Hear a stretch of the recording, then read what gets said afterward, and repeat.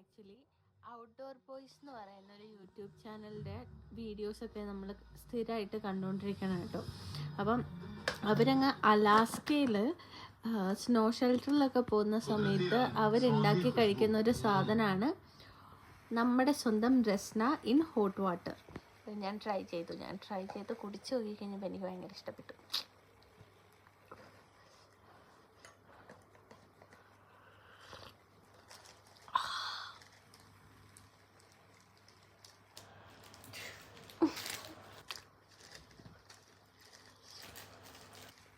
നല്ല ചൂടാണ്.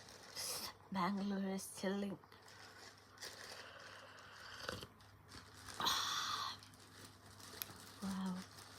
ഇനി നാളെ മുതൽ നിങ്ങൾക്ക് ബ്രേക്ക്ഫാസ്റ്റിൻ്റെ കൂടെ മോർണിംഗ് ടീ വേണ്ട, മോർണിംഗ് രസ്ന.